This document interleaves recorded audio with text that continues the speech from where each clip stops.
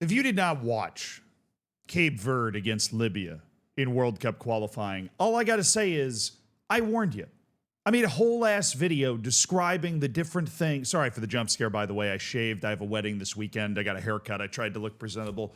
Hopefully this is a sick, fresh cut, faded up the sides. I feel like somebody took me out of like a picture of somebody that went and fought in World War II and didn't come back. But I'm here to tell you that World War II is in the past. Libya, Cape Verde is happening right now.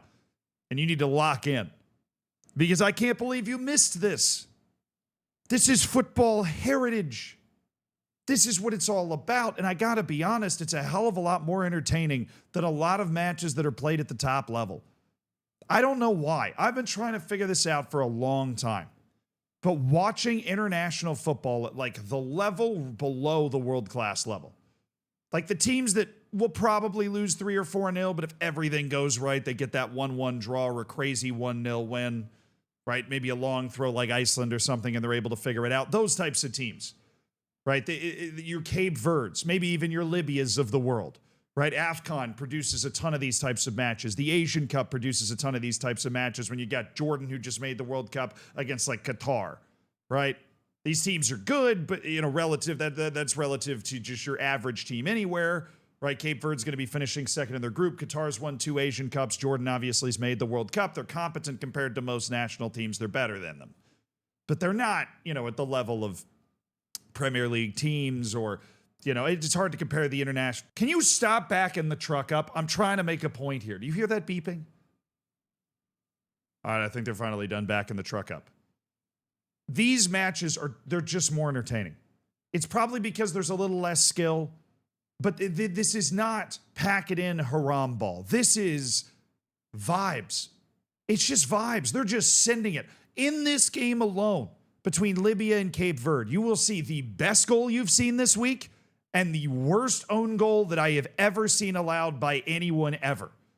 And that really just sums it up. It's everything in between. It's an amazing goal line clearance and then a shitty finish. It's just like all of this happening at once in a half-empty stadium, because I'm pretty sure Libya's got some sort of partial fan ban going on because they can't keep the crowd under control, so they have some sort of limit, or it's also played in the middle of the day, so people are like hiding in the shade because it's fucking Libya. It's not cold there, right? The referee at the end of the game looked like somebody dumped the bathtub on the top of his head, right? This was hot. It just everything. Everything about it, including the final 3-3 score, was just ridiculous. Now, I'm going to get to the other scores first, and then we're going to bring it, because this is a score review video, in case you didn't know. We're going to talk about the other scores first. Angola and Eswatini, 2-2 draw. Nobody gives a shit. Doesn't matter at all. Angola's, I think, technically officially eliminated with that. Ethiopia beats Guinea-Bissau, completing the massive disappointment that is Guinea-Bissau. One match that was important was Cameroon at Mauritius. Now, Mauritius is an island nation with no really super top level footballers on it, and yet they gave Cameroon a pretty good game here. And this is important because Cameroon has to win this match. They have to win their last 2 matches to have a chance to automatically qualify. And even if they don't, if they win both those matches, they could still finish in second. They kind of need to win both of them to be in a good position as a second place team. Only the top 4 out of the 9 second place teams in Africa even make it to the playoff. The bottom 5 second place teams get yeeted into the sun. So Cameroon needed this. They finally got the goal in the 57th minute, but Brian Mbomo didn't score the icing on the cake goal until the 92nd. Mauritius was in this game, and that is a problem for Cameroon, that they couldn't just rock. I mean, on the road in Africa is literally always difficult. It doesn't mean if you have gods against men, right? It doesn't matter. You go on the road in Africa, and for the umpteenth time, it has been proven Cameroon's able to gut it out and get a result that it simply had to get. For Ghana, they're battling to try and make sure that they're going to the World Cup for sure, and they delivered an absolute beatdown of the Central African Republic on the road in Africa, counteracting my previous point. Now, they only had a 1-0 lead until the 52nd minute, and they kind of ran it up in the second half. Jordan Ayew, he's still scoring goals somehow for the Ghanaian national team with their goal difference advantage of 8. That means that unless Madagascar puts an almighty beatdown on Mali, which they're not going to do, Ghana's going to the World Cup. Although it is not mathematically clinched, they have basically done the work, which, considering how difficult it was for Ghana to make the last World Cup and missing the one before that, this is a huge achievement for the Ghanaians to be able to do this, and in a group that was quite difficult. Now, Mali needed to win to keep its dream alive. They did on the road 2-0 against fellow North Central African nation Chad, but that win was not enough because of what happened in another match. This match. This was the other match outside of Libya, Cape Verde that needed to be circled. With a win, Madagascar would take a 4-point lead. But with a win, Comoros would jump over Madagascar into second. They would be the chasing team for Ghana. Actually, if Comoros had won this match, or this match had been a draw, Ghana would already be guaranteed a World Cup spot mathematically. But that would put Comoros in second place, and all they would need to do is win their last match to likely be the team that takes that second place position in the top 4 of the second place table. There's definitely a better way to word that. I just didn't find it. Cut me some slack. It's pretty late. Okay, but Madagascar won this match. They got in front early. They got a second goal in the 73rd. Then Comoros made it nerve-wracking, and they were pushing, but they couldn't get anything done. 96th minute, a red card just kind of finishes off what we already knew. Comoros is a good team. They're a good team not a lot of people know about. They beat Ghana at the AFCON a couple of years ago. They made the knockouts. They certainly have the ability to backdoor a World Cup qualification, but not this time, not in this group. Their final opportunity, their best opportunity to date, really ever, has faded away. So now you see Mali and Comoros are on 15, Madagascar with the massive win, right? They're not just a movie franchise here. They're an actual national team that has really put it together. They're on 19 points. Right, and if you look at the second place table, even though there's a couple teams that haven't played, only one of them can also get to 19 points. That means going into the last match day, Madagascar is going to be one of the 4 teams in the driver's seat that fully controls its own destiny. That last match, of course, Mali. Very difficult match. The good news for Madagascar is that Mali, despite all of its talent, is already eliminated. Right? They've once again managed to not qualify. They are the Uzbekistan. They are the Italy of Africa. Except Mali's literally never been to the World Cup, even though they have a plethora, like the word, of good players. More than Madagascar and Comoros can call on combined, really. They just can't put their shit together. They didn't even get as close to the World Cup as they did last time around, losing in the World Cup playoff to Tunisia. It happens, right? But Madagascar is absolutely in the driver's seat. This was a massive road win, again, in the islands of the Indian Ocean against Comoros. Egypt has guaranteed a spot in the World Cup. 3-0 at Djibouti. Not a long road trip for them. Just needed to win this match. Needed to avoid some sort of catastrophe. A draw would have likely been enough based off goal difference. But you know what? It's Djibouti. Even if it's on the road, you got to be able to take care of it if you're Egypt. Egypt, despite being multiple time African champions, has for whatever reason historically struggled to make it to the World Cup. They will now be going to what I believe is their 3rd straight for the first time ever. So congratulations to Mo Salah-led Egypt for that achievement. That is definitely a big one. Look, it feels like a formality having to just go out and beat Djibouti, but being able to actually qualify. Nobody is safe in African qualifying. Egypt is now safe with 1 match to go, which is great. The other team in this group that is playing for a second place spot is Burkina Faso. Sierra Leone was technically still alive if they'd managed to win this game, but right before halftime, Burkina Faso got the 1 goal that was going to save them. Now, this is a pretty even match. Burkina Faso is a team with a lot more brand recognition. They've been to an AFCON semifinal in the last 5 years. Right, Sierra Leone's a team that's really not made a lot of AFCONs, if any. I don't remember them ever making an AFCON. They might have made one before I started paying attention. But Burkina Faso had their hands completely full in this match, in a match that they desperately, because of this table, needed to win. Now, of course, they went and won it, which is good news, and Burkina Faso is one of those swing teams.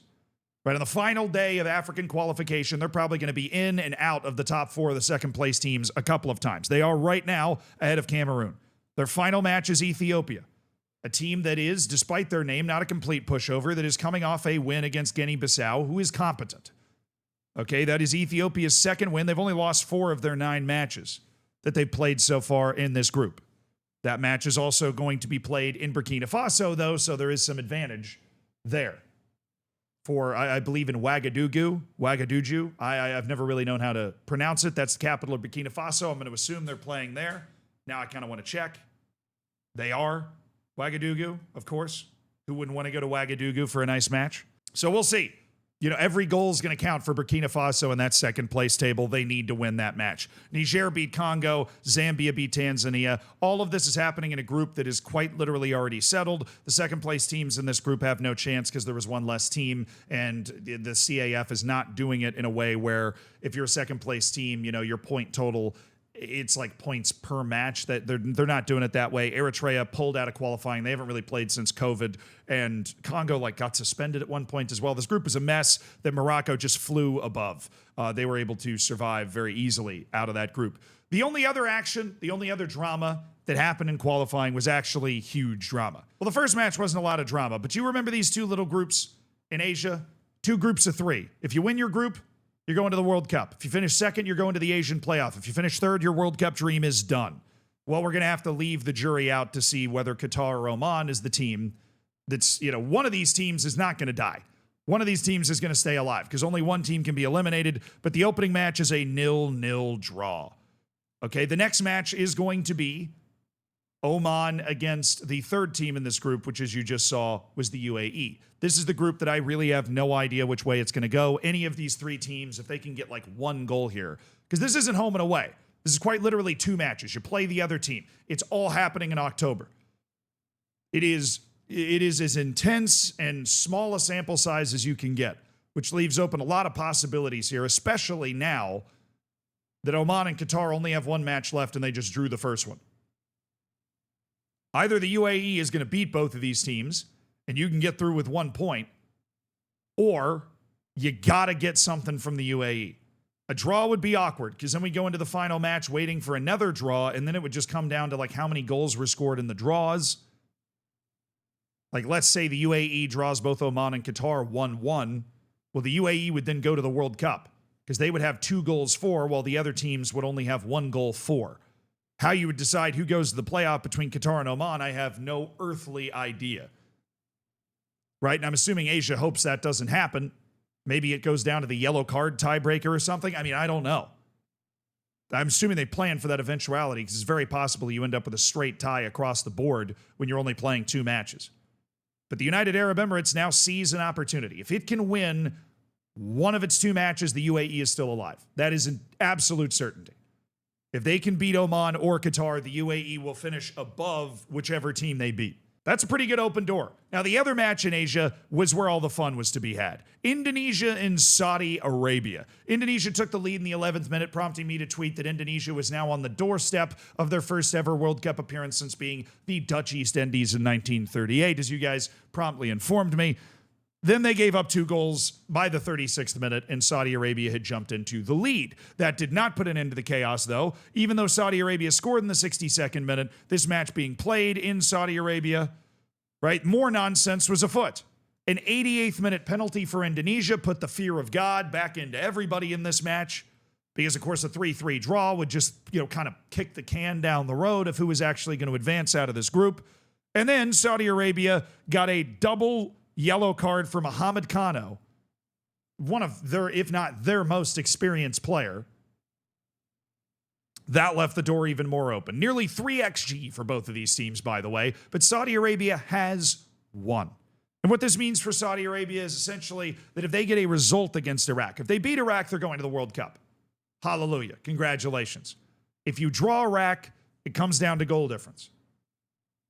Right? And obviously that would require, like, if Iraq beats Indonesia by 1, then it comes down to goals for. Saudi Arabia's got more of those, so likely would have more of those. You can see how weird this gets. This win does not guarantee that Saudi Arabia is going to the World Cup. They're obviously trying to backdoor a World Cup appearance here, Australia style, in order to get in. But it does mean that Indonesia is in serious trouble. Indonesia needs to beat Iraq and then hope that Iraq doesn't beat Saudi Arabia, because then we end up in a shitstorm where every team's on 3 points, and again, it comes down to goal difference and goals for. But you can assume if Indonesia is going to beat Iraq, Saudi Arabia will probably beat them too. We don't know that for sure. But Indonesia's only hope is a win. A draw would not be enough unless these groups are so weird. Saudi Arabia beats Iraq by multiple goals, in which case an Indonesia draw against Iraq would send them to the Asian playoff, and you just keep going. Asia's ridiculous, right? You go through so many rounds of qualifying. We're now down to 6 teams that don't know their fate. We're going to reduce it down to 2 teams that don't know their fate. They're going to play a home and away or maybe even one match against each other. I can't remember. And that's going to send one team to the Intercontinental Playoff, and then you got to start the whole thing over again where there's 6 teams there and only 2 go to the World Cup. As I always say, you'd rather be alive than dead, but it is a tough spot to be in. You'd much rather grab this one, where you are the guaranteed team. I know Iraq was rooting for a draw. They didn't get it, so that's tough. But finally, we can move on to the match. Cape Verde, Libya. Why was this match so important? Cape Verde wins, they go to the World Cup. Not probably, not almost definitely, guaranteed. A win against Libya sends Cape Verde to the World Cup. So naturally, in the first minute, while the announcer is still announcing the stakes at hand, Libya whips a cross in that Cape Verde can't defend properly. Keeper probably should have come out for it. Honestly, not like either keeper covered themselves in glory in this match. Maybe nerves are just not quite into the game yet. There's like 30 seconds on the clock. And Libya gets in front. In the like half full stadium or whatever, whatever Libya, the number of fans that Libya was allowed to put in the stadium, they start going nuts. And that home field advantage and that sun, it's going crazy. And then, it's just absurd the way that this match went. 29th minute. Cape Verde, big looping cross, flick header into the side netting, and it's 1-1. And while all this is going on, the teams kind of look like they're in slow motion. The level of this match just does not look very high in the early stages. I don't know if Cape Verde was just nervous. Libya is a tough team to play against. I would describe them, this might be like an Americanism, but they're a tough out. They're a very tough out. And then in the 42nd minute, one of the best goals I have literally ever seen. And I don't actually have it pulled up yet because professionalism. Well, I'll explain why I didn't find anything. It was actually the 3rd goal. The 2nd goal was a nice dribble move by this Ezu Al-Mariami. Actually carved up 2 guys and then took a shot that was pretty well saved, but then the rebound falls to the side. Keeper's not up quick enough, and the guy just puts it in the back of the net. So Libya takes a 2-1 lead. Now, this was important for Libya because they needed to win this game. If Libya wins, they're on 17 points. They go into their final match against Mauritius, and a win puts them on 20 points and maybe gives them that 2nd place spot. So this is like desperation. Cape Verde wins, they go to the World Cup. If they don't, the bottle's in the cards. If Libya wins, they're alive. If Libya wins, they are alive. If they do not win, as long as Cameroon beats Mauritius, you already know that they did, of course. Shit out of luck. Better luck in 4 years. That's it. That's what's at stake here. And then the 3rd goal, that's the goal I wanted. 35-yard free kick. Al Shalwi is running up to take this free kick. The camera is just switching back to the free kick because they were busy showing a highlight of a bricked chance from Cape Verde, which there were a lot of these for both teams. It was like insane how many chances both teams had in this match. I don't know what the XG was. It's not provided for this match, probably because it broke the reader. Okay. We're going to get to some of the missed chances later. It's ridiculous. Anyways, without further ado, Al Shalwi's free kick from 35 yards. An absolute thunder bastard. Straight rocket. Straight line to the top corner, just from the parking lot. Nobody expects this goal to go in. Then you got to think about what's going through the head of the Cape Verdean players at this moment. This is the match. You're taking the field knowing you can take your country to the World Cup for the first time ever. All you have to do is win. Sure, you're playing a pretty tough opponent. You'd rather be playing Mauritius, but you're at Libya. And now you're down 3-1, and you got to feel like the world's conspiring against you. First minute was an own goal, right? And it probably would have been a goal if the guy hadn't touched it and let it go to the attacker. But it still hurts when you know you steered it into your own net. And now you're giving up this laser beam. You're missing chances at the other end. The Libyan crowd's giving it to you, and they were loud, even though they weren't full. Even though they weren't allowed to fill the stadium. They were coming through on the broadcast with that classic when the goal goes in. I love that noise. Everybody loves that noise. I should make that my alarm clock in the morning. Anyways, Libya takes this 3-1 lead, and they're still bossing it. This is part of what I love. The smart thing to do here for Libya is to come back and defend. But instead, they're all over him. The announcer at one point says, you'd be mistaken for thinking that Cape Verde's the team that needs the goals because Libya is just all over Cape Verde. Chance after chance. Somehow the ball's not going in. They hit the post twice, right? They had a couple like angled 1v1s. Their dribbling was insane, right? It's the best I've really ever seen Libya look. And I'm somebody that has watched them more than most people. They are a team capable of haram ball, but they were out here for blood, and they know that goal difference matters in this group. They're trying to catch Cameroon on goal difference. And so if they can get more goals against a deflated Cape Verde, they're trying to do it. And then the entire game changes on one unbelievably innocuous ball. This is the play. 76th minute, Cape Verde's looking for anything, right? Libya started to get tired. They have started to back off a little bit, as you can see by this formation that they're running. And then this guy right here, it's a little low in the pixel department. He's going to play a ball. Boom. Headed towards the goalkeeper. Your eyes do not deceive you. It goes straight through him. The worst own goal I have ever seen. Now, you know what happens here. Anybody with brain and, with a brain and eyes knows what happens here. He just misreads the second bounce of the ball. He's lazy with his body position. This is the captain of Libya, by the way. I can't even imagine how he feels right now. He's lazy with his body positioning and his hand-eye coordination. This second bounce of the ball he thinks is going to be higher. And it's the same as in baseball, which is a sport you don't really watch maybe, but that you have the glove and the ball's coming towards you and it just goes under the glove because you think it's going to bounce at a certain height and it just doesn't. It hits something in the clay. It hits something in the grass. It goes low. I just can't even imagine. Like, he's probably never done this in his life. And he proved it right after this goal. This guy made two huge saves, like pure 1v1 save. And then a couple minutes later, another pure 1v1 save, like flick of the heel behind him to steer the ball wide, like two great saves. He's not a terrible goalkeeper. It just happens. And I cannot imagine a worse time for it to happen. I mean, the Libyan team looked like they could not believe what they just saw.